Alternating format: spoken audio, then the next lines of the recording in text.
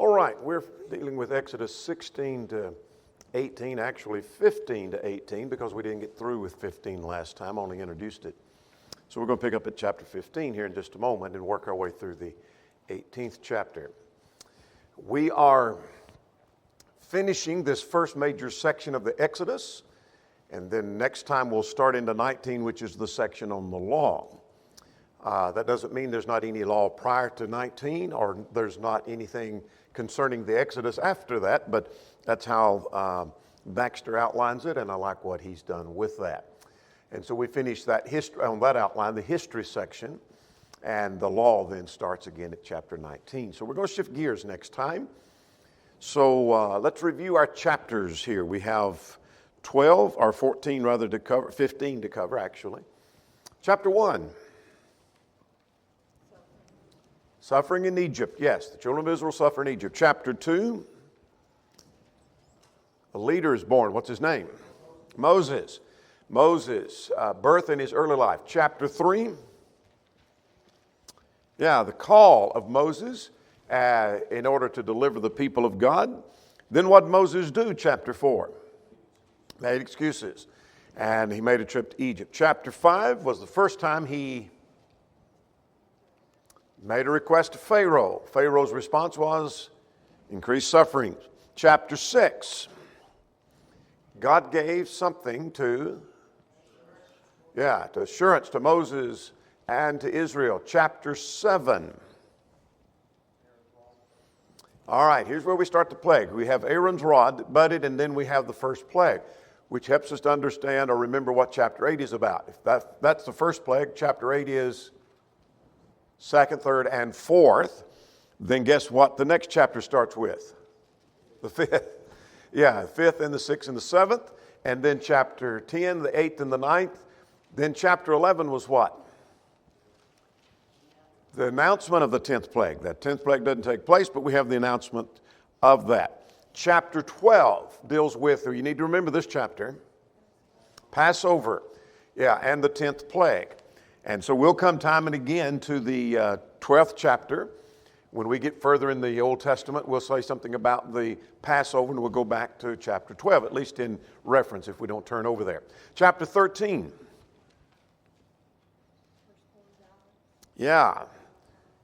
All right, we have the firstborn being sanctified in the Feast of the Unleavened Bread. Then chapter 14, the last chapter we covered, crossing of the sea. So that's the actual Exodus for which the book is named.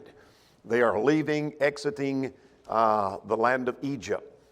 Then chapter 15 we didn't cover, but what does it deal with? All right, Song of Deliverance. We have a song of Moses and the song of Miriam. Who's Miriam?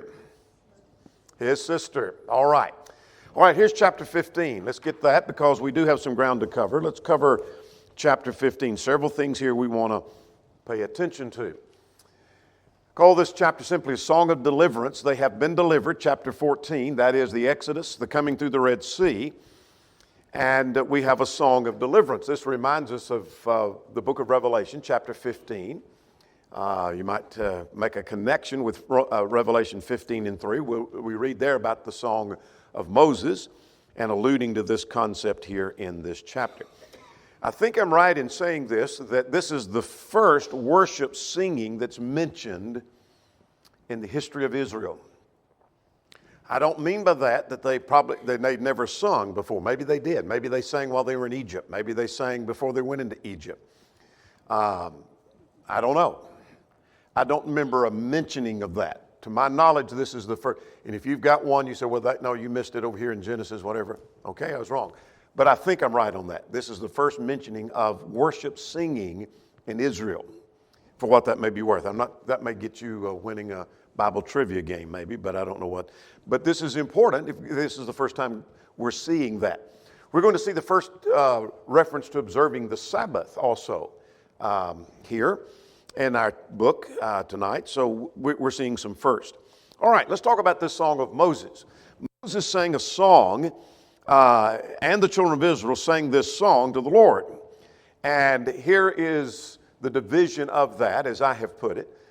Songs in Hebrew poetry, which we'll get into more when we get to books like Psalms and Proverbs, Ecclesiastes, Song of Solomon. Those are Hebrew poetry.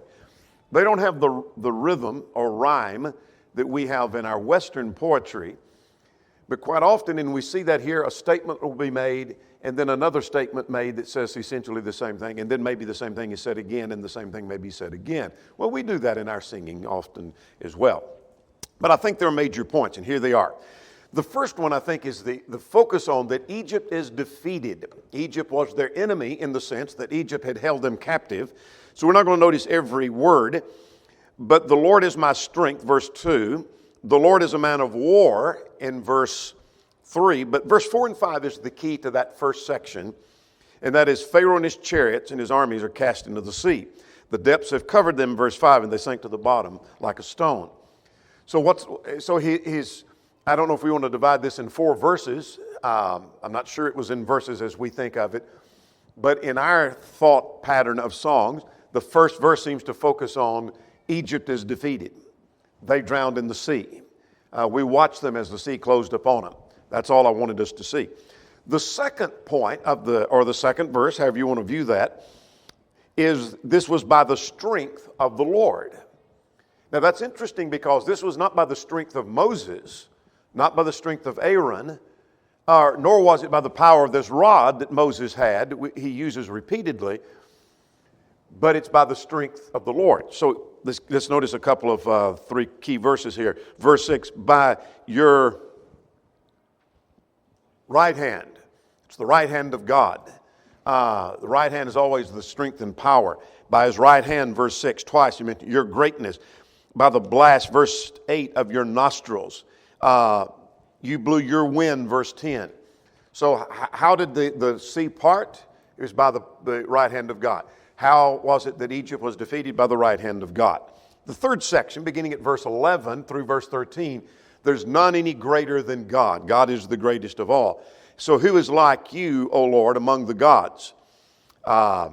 Fearful in praises. I think fearful is there in the sense not of being afraid of God, but in awe. They're standing in awe of God. It's used in both ways throughout the Scriptures. But you stretched out your hand. But the point I wanted you to see is verse 11. Lost my verse there for a moment. But who is like you among the other gods? There's not another God like you. The Egyptians' gods could not compare. Then interesting that 14 to 19 focuses in this last verse, if you want to call it that, has to do with other nations take heed to that. That there are other nations that pay attention to that. Let me give you some evidence of that. That Jethro is over in the land of, who's Jethro, by the way? Moses' father-in-law. He is over in the land of Midian. That's a little ways away from Egypt, from the Red Sea where it parted. But chapter 18, verse 1 indicates he had heard about that. He knew about this great deliverance out of Egypt. Word had got to him. And so the nations are going to take heed. So notice he mentions the people will hear and be afraid. Well, this message is going to go forth into Canaan. So we're going to have Palestine, we have Edom, we have Moab, we have Canaan. They're going to melt. And now at 16 through verse 18, I've written a marginal note. I see that section is telling us God is working his plan and his purpose out. Call it providence, call it whatever you wish. God's working his plan out.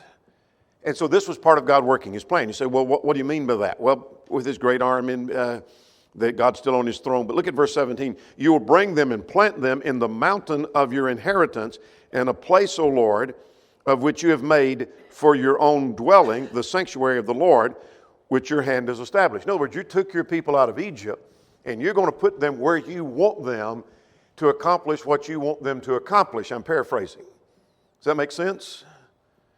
So this was not just a thing where the timing happened to be just right where the wind was blowing and they got across, but God was working out his plan and his purpose. Make sense? So what a song we have, song of deliverance. Egypt is defeated. This is by God. None is greater than God and our great and mighty God. Now that's interesting to me that Israel is singing along with him about how great their God is, and it's no time till they are complaining about God not taking care of them. Now, they didn't say God didn't take care of them. They said Moses wasn't doing his job. But God said, no, you're talking about me, is what you're talking about. All right. Now then, verse 19, the horses of the Egyptians drowned as the sea came back. All right, let's move to the song of Miriam. Miriam is his sister. She's a prophetess. And she took the timbrel in her hand, and all the women and who went out after her, and they danced. I don't take that's there's nothing in the context would indicate that's a sensual dance, but it's more of a dance of celebration. When we think of dance, particularly as we preach against dancing, we think of a sensual bodily contact. But all of us probably have an excitement over something. If you are a sports fan, you've probably stood on the sidelines or jumped up and cheered and jumped up and down, and you're dancing around. Well, I don't do that in many sports activities. Maybe the horse show, but not for baseball or basketball. But you do get excited, and you're dancing. There is this celebration. It's a celebratory kind of dance is what I take it to be. There are 2 points to be made in her song, and then I want us to move to the bitter waters. One is that the victory came by the Lord. Same thing Moses had said.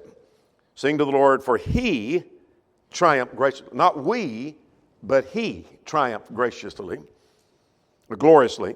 And then the second point was the defeat of Egypt. The horse and the rider are thrown into the sea. So she made the same points that Moses did, but she's celebrating with her dancing. All right, now let's move on and talk about the bitter waters.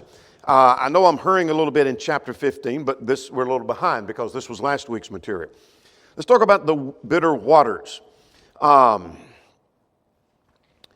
Moses and Israel, he brought them from the Red Sea. Let's get a map here, and then we'll come back to our outline. Last time we talked about, if you can follow my little dot here, they came out, and this is the traditional route. It's thought that they crossed the Red Sea here. Others think they crossed the Red Sea here, and this is over here is the Mount Sinai, etc. I think I'm more leaning in this direction. But anyway, be that as it may, they come out into the wilderness, and they make their way, and we're about to get them down here to Marah. That's where this event takes place. Make sense? If that's not where it is, then we got to place Marah over here somewhere, and some have made attempts to do that. But this is thought to be where Marah is here in this wilderness as they come out of the sea. So right there in the middle of that circle is where Marah is. All right, let's get what goes on here. What happens when they get to Marah? They come through the wilderness of Shur, and they come to this place called Marah. And they couldn't find water they could drink. There was water, but it was bitter water. So therefore the name of it was called Marah, which simply means bitter. So that's what that means. All right. So the people murmured and cried out against Moses, and what shall we drink? So notice at verse 25. You might get ready to make a marginal note because this is going to be something applicable all the way through next trimesters. We end even into the next one as we get through Deuteronomy, particularly in Numbers. This is going to be true. Let's see what we can find at verse 25. The Lord showed him a tree and told him to cast it on the water, made the water sweet. And then he made a statute and ordinance for them, and there he tested them. Here's the thing I just learned from that. We're going to see this all through Numbers. Problems in the wilderness were a test. I don't know that means that God had made that water bitter. Maybe he did. But since the water was bitter, he lets them get there and see they can't drink of it. And they ought to be able to figure out if God could part that sea, he can provide water for us even though water is bitter. But they can't figure that out. So God allows them to have problems in order to test them. They're going to have more problems, and that's going to be a test. And he's going to allow them to have more problems, and it's going to be a test. Does that make sense? So make a marginal note there. We'll come back to that at different times, that God allowed that to test them. So again, notice the miracle that has been performed. This ought to be confirming their faith in God. You take this branch or this part of a tree, cast it into the water that's bitter, There's no evidence that that's going to suddenly make it better, but it is symbolic of the healing of the water, so it's a miracle, obviously. And that ought to make them think, you know what, God's taking care of us. Doesn't work. Let's talk about verse 26, that if he reminded them, if you diligently heed my voice and do what is right and give ear to my commandments, then God will put none of these diseases on you, which I have brought on the Egyptians. So what's he talking about? I'm not sure. It may be that it refers to some, or at least one of the plagues, like the boils. Some argue that. And perhaps Deuteronomy 28:27 may give some credence to that concept. Is that 100%? Am I 100% with that one? No. But that's a possibility. Some think that it refers these diseases that are brought upon the Egyptians, that it must be referring to the plagues. Well, all the plagues weren't diseases.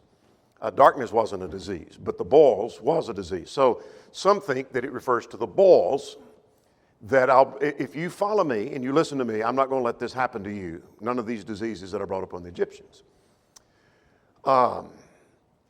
Some think that maybe it's just generally diseases and sickness that the Egyptians had experienced. And it must be interpreted in light of the bitter water seemed to, as I believe it's Callan Datlich had argued this, I'm not sure, that the bitter water seemed to threaten their health, maybe even threaten death upon them. And they're thinking, we're going to drink this and we're going to die. No, wait a minute, you listen to me and you obey my voice. None of the diseases of the threat is going to happen to you if you'll listen to me. So what exactly was it? Was it the boils? Well, it probably included that. Did it include other diseases? Probably. I don't know how to be more specific. Does that make sense? All right. Then where did they go? Verse 27. All right, Elam, which is, here is Mara. If I can get that's not what I wanted to do. I wanted to go right here. There we go. It's just right down from that, right here, where my little mark is there. So that's where they are at Elam. So that ends chapter 16. And what did they find when they got to Elam? All right. Yeah, they found some springs and they found water there. All right, let's go to chapter 16 now. Manna from heaven. This gets interesting now. That they journeyed from Elam, the text says in verses 1 to 3. And where do they go now? From Elam, they came to the wilderness of Sin. Here we are, this wilderness of Sin. I mean, right here in that circle between Elam and Sinai. Sinai down at the bottom of the peninsula there. All right. What happens in verses 1 to 3? When they got there,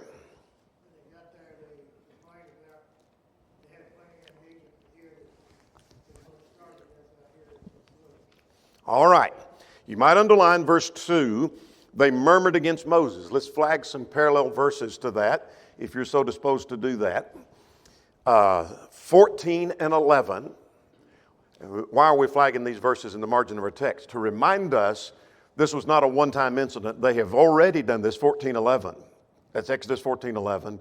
They're doing it here at 16 and 2, and then also flag 17 and 3, chapter 17, verse 3. So they murmur against Moses, they murmur against Moses, they murmur against Moses. And guess what? They murmur against Moses again and again. This is not over. And so they complain that we had plenty to eat there in Egypt. And you brought us out here to kill us. They've forgotten what God's done for them, apparently. All right. Now let's go back to our outline. So the people murmured for food. And again, that's serving as a test. Do they turn to God and say, God, would you please provide food because we know you have power. We saw you turn bitter water to sweet. We saw the waters part, et cetera, et cetera. No, they murmur against Moses. Now 4 to 8, what does God do?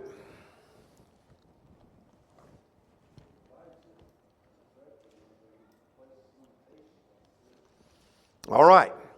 Yes, God points out to them, and he doesn't do this till we get to verse 7, but he points out to them, you're not complaining against Moses, you're complaining against me. So let's notice verse 4. God said, I will rain bread from heaven. I'm going to provide for them. I'm going to paraphrase verse 4. I'm going to give them plenty, and they'll gather their quota that I may test them. Here's another test. I'm going to see if these people will be obedient. See if they'll ever learn their lesson. I'm going to test them whether they will walk in my law or not.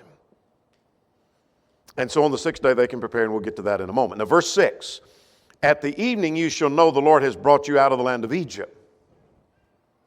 And in the morning you'll see the glory of the Lord.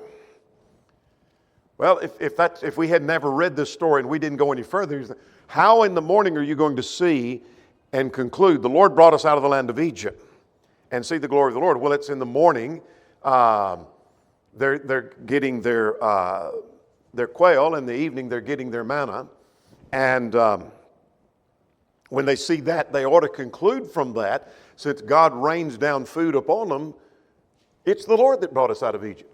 So here's what I'm learning from that. Even though they knew and sang in chapter 15, the Lord brought us out of Egypt by the power of the Lord, do you think they've mentally got it fixed in their minds that was by the power of God? I don't think so. You say, why do you not think so? Because I think God's telling us they ain't got it yet. Does that make sense?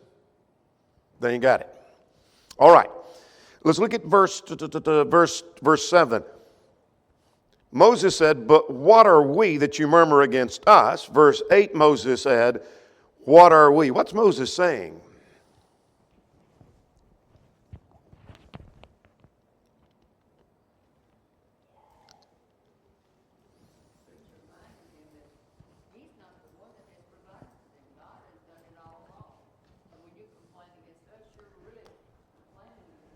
Absolutely. Something we hadn't talked about in the last chapter or two that maybe they've forgotten about, there's something leading them. Not just, God's doing it, but God's leading them by a cloud and by a pillar of fire. And Moses, I think, is reminding them, I'm not the one leading you. I didn't lead you out in the wilderness. God led you in the wilderness. God led you through the sea. God parted the sea. God did all of that. Who am I? I'm just the leader that God has appointed.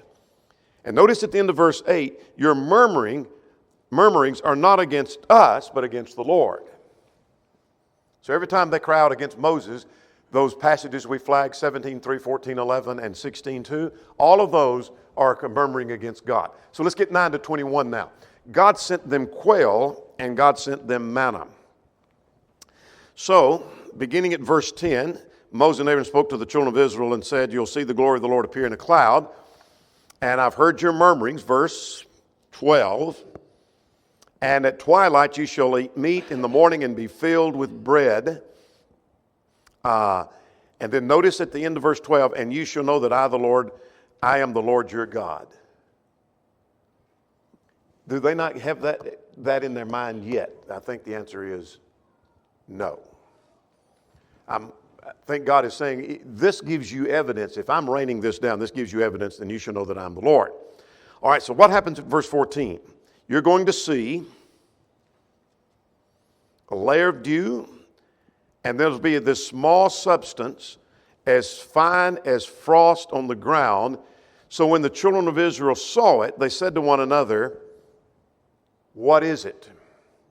If you're reading from the New King James, English Standard, New American Standard, etc., your translation will say, what is it? If you're reading from the King James, good translation, it doesn't say what is it, it says manna. The word manna means, what is it? That's why they called it manna. They see this fine food on the ground. By fine, I mean it's very small, and it's fine as frost. Let's get ahead of ourselves to verse 31. The name of it was manna. Your footnote will say, what or what is it? You would too if you went out in the morning, and the whole ground, as far as you can see, there's little bits of food like fine as frost, and it was like coriander seed, and the taste of it was like wafers with honey, there's your description, you would probably say, what is it? That's why they called it that. Now, let's talk about that just for a moment. That's coriander seeds. It looks a little large for the description here. I ask artificial intelligence to draw me a picture based on the description you can read in Exodus 16:31 and additional information you can find in the book of Exodus. Is that what it looked like? I don't know. But that did better than I could draw. Something that was small, something circular, like coriander seed. Well, okay, I got it. Looked like frost on the ground. What did it look like? The answer is we don't really know. But maybe that gives us a general idea. All right. Now, let's go a little bit further. Look at verse 16 now. How much could they take? All right. Basically a day's supply. You'll take 1 omer. So if you don't have marginal notes that explain that to you, get ready to make one. An omer is 4.2 pints. Between 2 and 3 liters, between 1.5 to 2 quarts. But 4.2 pints, according to Manna Software. All right. So that's basically a day's supply. Could they take more than that? No, they were not to take more than that. Not on the weekdays. They could on the 6th day, and we'll get to that in a moment. And what would happen if they're not to leave anything over? That is, don't get some that you're going to put up for the next day, because if you save some for the next day, what happens? It'll be covered in worms and stink. And so they gathered every morning, and according to what the man's need. All right. Now let's start at verse 22 through verse 36. So God sends the quail, God sends the manna. You'd think that's enough. They parted the sea, they made the bitter water sweet, God's feeding them with manna. They've got it now. Let's see what the regulations are. Verses 22 to 31, what goes on? They were not to gather on the Sabbath day. We'll come back to the Sabbath. Let's just leave that for a moment. They're not to gather on the Sabbath day, but on the 6th day, gather twice as much. And in that case, what's left in the morning doesn't stink, nor do the worms get it. That's interesting. But if they did it on another day, is that not some symbol that God was controlling this? So on Tuesday, they get some extra and say, I'm going to slip this back, and they go in there and it stinks. But on Saturday, they get it and put some extra back for Sunday, and it's okay. I had to tell them something. But anyway, look at verse 28. And Moses said, how long, said to God, how long do you, or the Lord said to Moses rather, how long do you refuse to keep my commandments? Well, that's based on verse 27. What were the people doing? They're trying to go out on the Sabbath and gather some when they weren't supposed to. And so they're not listening. God had already said, remember, none of the diseases are going to come upon you if you listen to me. They're not listening. All right, let's pause for a moment and make a couple of points about the Sabbath. For what it's worth to you, verse 26, the seventh day is the Sabbath. And you say, well, I know that. No, everybody don't know that. You hear people talk about the Sunday being the Christian Sabbath. And this is the Christian Sabbath. On Sunday, that's our Christian Sabbath. Sunday is the first day of the week. The Sabbath is the seventh day of the week, all through the Scriptures, Matthew 28, verse 1, etc. That's a good place to make that point. Let's go back to verse 23. Tomorrow is the Sabbath rest, a holy Sabbath. This is the beginning, that, as far as we know of the Sabbath observance. Now, in creation, God had made the seventh day a special day because it was the day He rested. And we're going to see later in the law, we haven't got there yet. And Exodus, a little later in Exodus, we're going to see that they were to keep the Sabbath because God rested on the seventh day. So it's tied back to creation. But here's the point. There is no indication that they had been keeping the Sabbath during their stay in Egypt. If they were, we have no record of that. There's nothing in the text that tells us that. So we have the beginning of singing we have the beginning of the Sabbath observance as far as the record shows. You say, well, I think they did in Egypt. Have at it. I just don't think you have any evidence of that. Does that make sense to you? So that's an interesting little tidbit that we see there. Now, at verse 31 again is your description of that manna that we've already talked about. Now let's get 32 to 36 to finish the chapter. What's going on here? This finishes...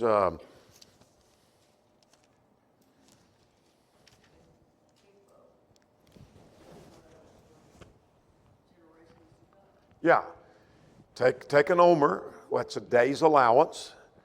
You take that and you put it up, and it's not going to rot. It's not going to stink. The worm's not going to get it. And that's to be what's going to be done with that eventually. We don't know that yet, but let's fast forward through our book and what's going to be done with that. Say again. It's going in the Ark of the Covenant. Yes, and but we don't know that just yet. We'll get that a little bit later. All right, any questions or comments on chapter 16? Manna from heaven. God's taking care of his people. Do you begin to understand a little more of Acts 7, passages like that talk about the rebellion and the stubbornness of the children of Israel, that we hadn't even got into the wilderness wanderings yet. We ain't even got there yet. And we're seeing stubbornness and stubbornness and stubbornness. Questions, comments? Let's go to 17. Two things happen here. We have water from the rock in the war with the Amalekites. And then we're going to try to get through 18 if we can. So chapter 17, short chapter. And verse 17 said, and all the children of Israel, all the congregation of the children of Israel, set out on their journey from the wilderness of sin. All right. Here's where we are. We're down here in the wilderness of sin. They have left Elam, so they're somewhere down in here between Elam and Sinai, and they're making their way towards Sinai. We'll be at Sinai, chapter 19. So this is where we are in our journey. Now, if you're reading from the English Standard, New American Standard, it'll say they moved by stages. And that's interesting. They moved by stages, which probably just simply means, and I think there's probably a textual, I'm not sure. I meant to go back and check, but I think there's a textual variation. Maybe is the reason why they went by stages in one translation and another one doesn't mention that. Holman's Christian translates that they moved from one place to another place. That's the idea of stages. I don't think it meant that some of these people moved and then some of these people moved and then some of these people moved. But they may have done that because of the large crowd, but they moved from one place to another as they're making their way towards Sinai. Not a big deal. Verse 1 said, where did they come? They went to the next place. They camped at Rephidim. All right, here's Rephidim right here in the middle of this circle, right here just before Sinai. So we've taken them from up here through Marah to Elam to Rephidim is where we are now. Now, before we forget it, let's flag verse 3. If you're making marginal notes, flag 16 and 13 and 14 and verse 11. I said 16 and 2, I'm sorry. I don't know why I put 13. 16 and 2 and 14 and verse 11. Here they're murmuring against Moses again. What's the complaint this time? We don't have any water. And notice the charge, verse 3. You brought us out of Egypt to kill us and our children and livestock. So Moses cried out to the Lord and said, they are almost ready to stone me. What does God do?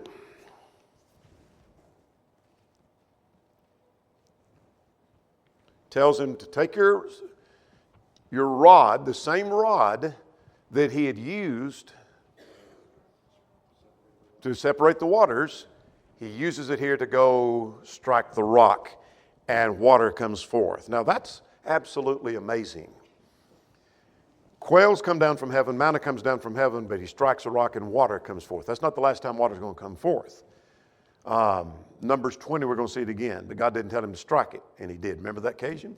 All right. But that's later on. We get to that next trimester. So they call the name of the place Massah or Meribah, and we'll read often about the waters of Meribah throughout the Scriptures. So it's called Massah because they tempted the Lord, and called Meribah because it was a place of contention. There was a contention, and they tempted the Lord, and asking, is the Lord not among us? So we'll read about that often, and we'll flag Exodus 17 as the place where that took place. Waters of Meribah, we'll talk about frequently. Talk about the war of the Amalekites. Who were the Amalekites? They were descendants from Esau, and where were they located? Well, they were a nomadic tribe in Sinai, and perhaps scattered in other places as well, but there was a group of them apparently in the lower part of the Sinai Peninsula in this region, and they come along and they attack the children of Israel. Now, notice that when they attack them, well, let me give you this first before we get there. Deuteronomy 25. You might flag or put Deuteronomy 25 in the margin of your text. In verses 17 to 19, in interest of time, I'm not going to go there. I'm just going to tell you what it says, and you can flag it.